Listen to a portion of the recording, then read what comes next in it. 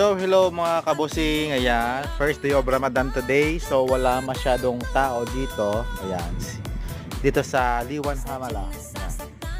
Parang haunted house. Walang katao-tao. Walang tao dito mga kabusing. First day of Ramadan sa bansang Bahrain. Ayan. Wala masyadong tao. Yun. So ayan mga kabosing, walang tao dito first day of Ramadan. So let's see for today, walang katao-tao. Yan.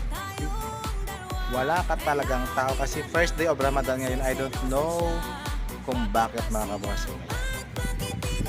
Walang customer. First day of Ramadan mga kabosing, kaya walang tao dito sa Aliwan. Ayan.